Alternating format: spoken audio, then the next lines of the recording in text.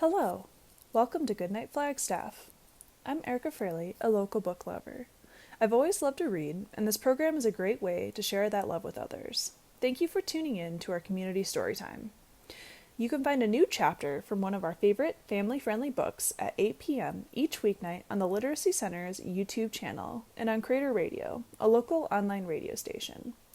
The previous chapter is replayed on Creator Radio each weeknight at about 7:30. Just before the new chapter airs. You can also listen to all previous Goodnight Flagstaff recordings on YouTube.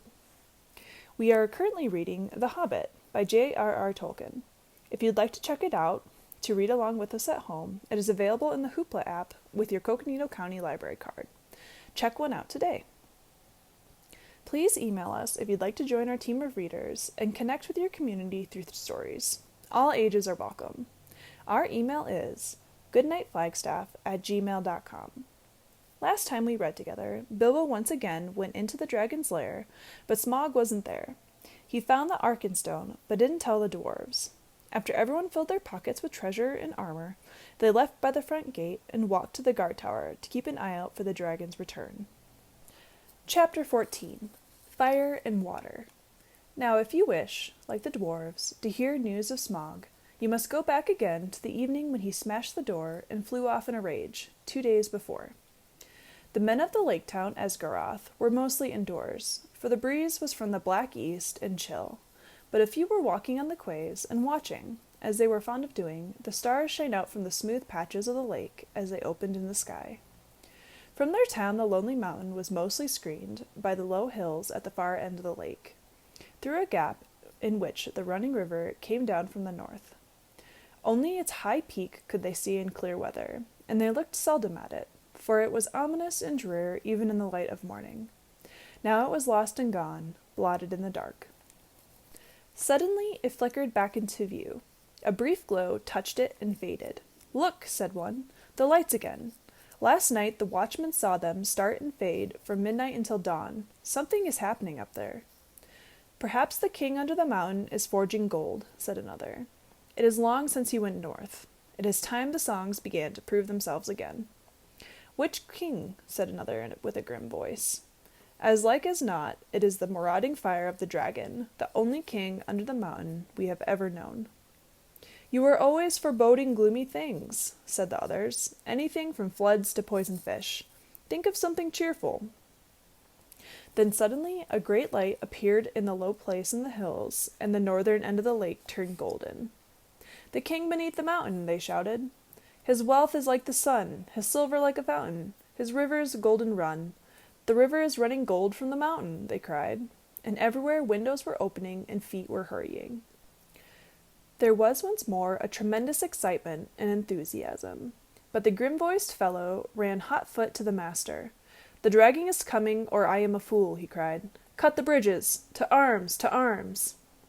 Then warning trumpets were suddenly sounded, and echoed along the rocky shores. The cheering stopped, and the joy was turned to dread. So it was that the dragon did not find them quite unprepared. Before long, so great was his speed, they could see him as a spark of fire rushing towards them and growing ever huger and more bright. And not the most foolish doubted that the prophecies had gone rather wrong. Still they had a little time. Every vessel in the town was filled with water, every warrior was armed, every arrow and dart was ready, and the bridge to the land was thrown down and destroyed, before the roar of Smaug's terrible approach grew loud, and the lake rippled red as fire beneath the awful beating of his wings. Amid shrieks and wailing and the shouts of men he came over them, swept towards the bridges, and was foiled. The bridge was gone, and his enemies were on an island in deep water, too deep and dark and cool for his liking. If he plunged into it, a vapor and a steam would rise enough to cover all the land with a mist for days. But the lake was mightier than he. It would quench him before he could pass through. Roaring, he swept back over the town. A hail of dark arrows leapt up and snapped and rattled on his scales and jewels, and their shafts fell back, kindled by his breath, burning and hissing into the lake. No fireworks you ever imagined equaled the sights that night. At the twanging of the bows and the shrilling of the trumpets, the dragon's wrath blazed to its height, till he was blind and mad with it. No one had dared to give him battle for many an age, nor would they have dared now, if it had not been for the grim-voiced man, Bard was his name, who ran to and fro, cheering on the archers and urging the master to order them to fight to the last arrow. Fire leaped from the dragon's jaws. He circled for a while, high in the air, above them, lightening all the lake. The trees by the shores shone like copper and like blood, with leaping shadows of dense black at their feet. Then down he swooped straight through the arrow storm, reckless in his rage, taking no heed to turn his scaly sides towards his foes, seeking only to set their town ablaze. Fire leaped from the thatched roofs and wooden beam ends as he hurtled down and past and round again, though all had been drenched with water before he came. Once more water was flung by 100 hands wherever a spark appeared. Back swirled the dragon. A sweep of his tail, and the roof of the great house crumbled and smashed down. Flames unquenchable sprang high into the night. Another swoop, and another house, and then another, sprang afire and fell. And still no arrow hindered Smog or hurt him more than a fly from the marshes. Already men were jumping into the water on every side. Women and children were being huddled into laden boats in the market pool. Weapons were flung down. There was mourning and weeping, where but a little time ago the old songs of mirth to come had been sung about the dwarves. Now men cursed their names. The master himself was turning to his great gilded boat, hoping to row away in the confusion and save himself. Soon all the town would be deserted and burned down to the surface of the lake. That was the dragon's hope. They could all get into boats for all he cared. There he could have a fine sport hunting them, or they could stop till they starved. Let them try to get to land, and he would be ready. Soon he would set all the shoreland woods ablaze, and wither every field and pasture. Just now he was enjoying the sport of town baiting more than he had enjoyed anything for years. But there was still a company of archers that held their ground among the burning houses. Their captain was Bard, grim-voiced and grim-faced, whose friends had accused him of prophesizing floods and poisoned fish, though they knew his worth and courage. He was a descendant in long line of Girion, lord of Dale, whose wife and child had escaped down the running river from the ruin long ago. Now he shot with a great yew bow, till all his arrows but one were spent. The flames were near him, his companions were leaving him. He bent his bow for the last time. Suddenly out of the dark something fluttered to his shoulder. He started, but it was only an old thrush. Unafraid it perched by his ear and brought him news. Marveling, he found that he could understand its tongue, for he was of the race of Dale. "Wait, wait," it said to him. "The moon is rising. Look for the hollow of the left breast, as he flies and turns above you." And while Bard paused in wonder, it told him of tidings up in the mountain, and of all that it had heard. Then Bard drew his bowstring to his ear. The dragon was circling back, flying low, and as he came the moon rose above the eastern shore, and silvered his great wings. "Arrow," said the bowman, "Black Arrow, I have saved you to the last. You have never failed me, and always I have recovered you. I had you from my father, and he from old. If ever you came from the forges of the true king under the mountain, go now and speed well." The dragon swooped once more, lower than ever, and as he turned and dived down, his belly glittered white with sparkling fires of gems in the moon, but not in one place. The great bow twanged. The black arrow sped straight from the string, straight for the hollow by the left breast, where the foreleg was flung wide. In it smote and vanished, barb, shaft, and feather, so fierce was its flight. With a shriek that deafened men, felled trees, and split stone, Smog shot spouting into the air, turned over, and crashed down from on high in ruin. Full on the town he fell. His last throws splintered it to sparks and glades. The lake roared in. A vast steam leaped up, white in the sudden dark under the moon.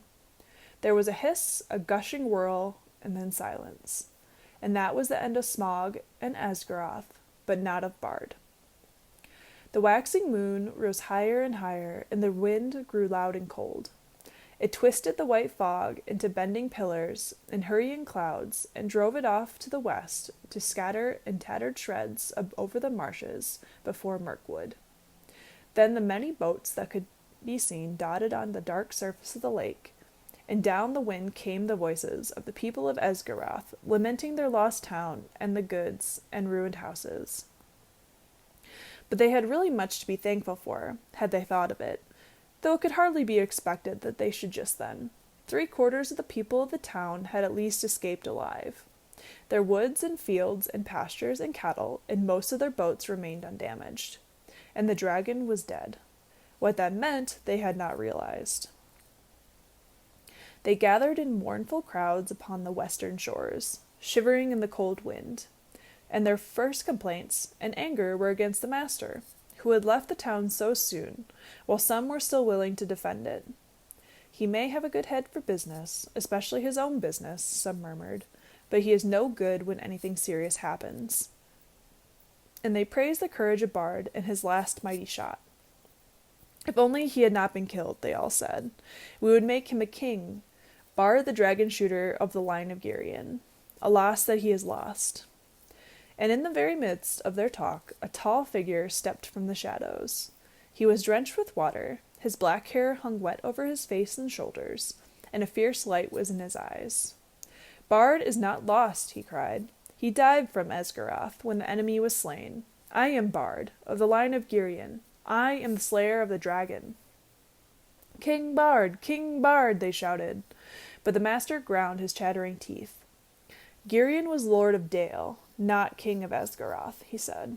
In the lake town we have always elected masters from among the old and wise, and have not endured the rule of mere fighting men.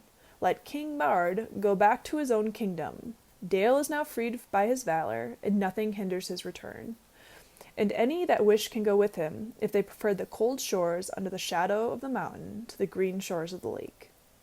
The wise will stay here and hope to rebuild our town, and enjoy again in time its peace and riches. We will have King Bard, the people near at hand shouted in reply. We have had enough of the old men and the money counters.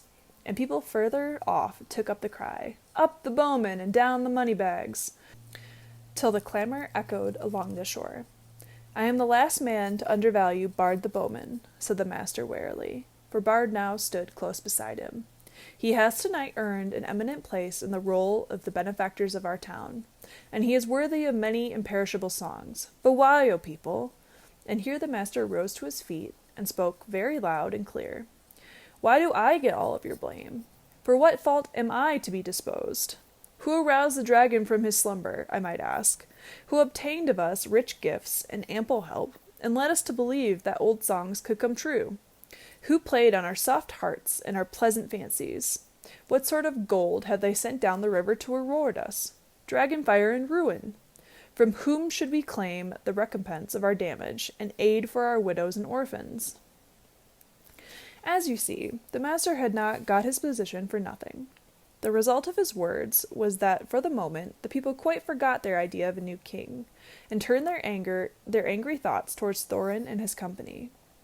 Wild and bitter words were shouted from many sides, and some of those who had before sung the old songs loudest were now heard as loudly crying, for the dwarves had stirred the dragon up against them deliberately. Fools, said Bard.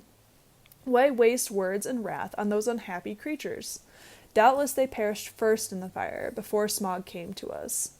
Then, even as he was speaking, the thought came into his heart of the fabled treasure of the mountain, lying without guard or owner, and he fell suddenly silent. He thought of the master's words, and of Dale rebuilt, and filled with golden bells, if he could but find the men. At length he spoke again. This is no time for angry words, master, or for considering weighty plans of change. There is work to do. I serve you still, though after a while I may again think of your words and go north with any that will follow me. Then he strode off to help in the ordering of the camps and in the care of the sick and the wounded. But the master scowled at his back as he went, and remained sitting on the ground. He thought much but said little, unless it was to call loudly for men to bring him food and fire. Now everywhere Bard went, he found talk running like fire among the people concerning the vast treasure that was now unguarded. Men spoke of the recompense for all their harm that they would soon get from it, and wealth over and to spare with which to buy rich things from the south, and it cheered them greatly in their plight. That was as well, for the night was bitter and miserable. Shelters could be contrived for few, the master had one, and there was little food, even the master went short. Many took ill of wet and cold and sorrow that night, and afterwards died, who had escaped uninjured from the ruin of the town, and in the days that followed there was much sickness and great hunger. Meanwhile Bard took the lead, and ordered things as he wished, though always in the master's name, and he had a hard task to govern people and direct the preparations for their protection and housing. Probably most of them would have perished in the winter that now hurried after autumn, if help had not been at hand. But the help came swiftly, for Bard at once had speedy messengers sent up the river to the forest to ask the aid of the king of the elves of the wood, and these messengers had found a host already on the move, although it was only the 3rd day after the fall of Smaug. The elven king had received news from his own messengers and from the birds that loved his folk, and already knew much of what had happened. Very great indeed was the commotion among all things with wings that dwelt on the borders of the desolation of the dragon. The air was filled with circling flocks, and their swift flying messengers flew here and there across the sky. Above the borders of the forest there was whistling, crying, and piping. Far over Mirkwood tidings spread, "Smaug is dead!" Leaves rustled, and startled ears were lifted. Even before the elven king rode forth, the news had passed west right to the pine woods of the Misty Mountains. Beorn had heard it in his wooden house, and the goblins were at council in their caves. "That will be the last we shall hear of Thorin Oakenshield, I fear," said the king. "He would have done better to have remained my guest. It is an ill wind, all the same," he added, "that blows no one any good." For he, too, had not forgotten the legend of the wealth of Thror. So it was that Bard's messengers found him now marching with many spearmen and bowmen, and crows were gathered thick above him, for they thought that war was awakening again, such as it had not been in those parts for a very long age. But the king, when he received the prayers of Bard, had pity, for he was the lord of a good and kindly people. So turning his march, which had at first been directed towards the mountain, he hastened now down the river to the long lake. He had not boats or rafts enough for his host, and they were forced to go the slower way by foot. But great store of goods he sent ahead by water. Still elves are light-footed, and though they were not in these days much used to the marches and the treacherous lands between the forest and the lake, their going was swift. Only 5 days after the death of the dragon, they came upon the shores and looked on the ruins of the town. Their welcome was good, as may be expected, and the men and their master were ready to make any bargain for the future in return for the elven king's aid. Their plans were soon made. With the women and the children, the old and the unfit, the master remained behind. And with him were some men of crafts and many skilled elves, and they busied themselves felling trees and collecting the timber sent down from the forest. Then they set about raising many huts by the shore against the oncoming winter, and also under the master's direction they began the planning of a new town, designed more fair and large even than before, but not in the same place. They removed northward, higher up the shore, for ever after they had a dread of the water where the dragon lay. He would never again return to his golden bed, but was stretched cold as stone, twisted upon the floor of the shallows. There for ages his huge bones could be seen in calm weather amid the ruined piles of the old town. But few dared to cross the cursed spot, and none dared to dive into the shivering water or recover the precious stones that fell from his rotting carcass. But all of the men of arms who were still able, and the most of the elven king's array, got ready to march north to the mountain. It was thus that in 11 days from the ruin of the town, the head of their hosts passed the rock gates at the end of the lake and came into the desolate lands. Thank you for tuning in. Join us next time for Chapter 15 of The Hobbit. Good night, Flagstaff.